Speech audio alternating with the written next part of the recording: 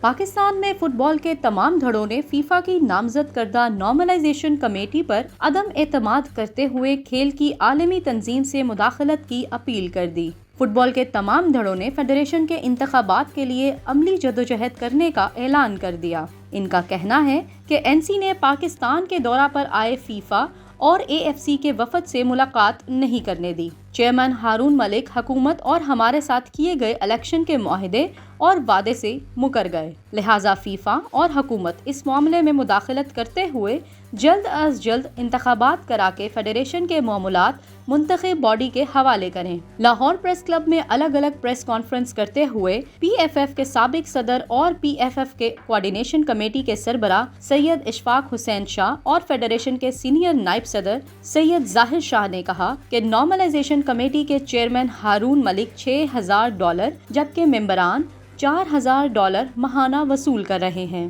ہارون ملک نے اپنی پہلی پریس کانفرنس میں نئے کلبوں کی رجسٹریشن نہ کرنے کا اعلان کیا تھا، لیکن اب اپنے اقتدار کو طول دینے کے لیے کلبوں کی رجسٹریشن کا ڈرامہ رچا رہے ہیں اور اس کے لیے فیفا کی حمایت حاصل کرنے کے لیے کوشاں ہیں۔ سید اشفاق حسین کا کہنا تھا کہ فیفا کنیکٹ ایک اچھا پروگرام ہے، ہم اس کی مخالفت نہیں کرتے، لیکن این سی اس کی آڑ میں فٹ بال کے کھیل کو کھلاڑیوں سے ڈسکنیکٹ کر رہی ہے۔ انہوں نے کہا کہ اگر election commission of Pakistan 22 crore عوام کا الیکشن 3 ماہ میں کرا سکتا ہے تو این سی چند درجن کلبوں کا الیکشن کیوں نہیں کرا سکتی؟ علاوہ ازیں سید ظاہر شاہ نے ایک سوال کے جواب میں سابق صدر فیصل صالح حیات سے علیحدگی کی وجہ بتاتے ہوئے انکشاف کیا کہ انہوں نے پنجاب کے انتخابات میں دھاندلی کی۔ سن 2014 میں اپنے دستے راست کے ذریعے ورلڈ کپ کی ٹکٹیں فروخت کروائیں، جس کی انکوائری چل رہی ہے، جبکہ سن 2014 میں ہونے والے اے ایف سی میٹنگ کے ایجنڈے میں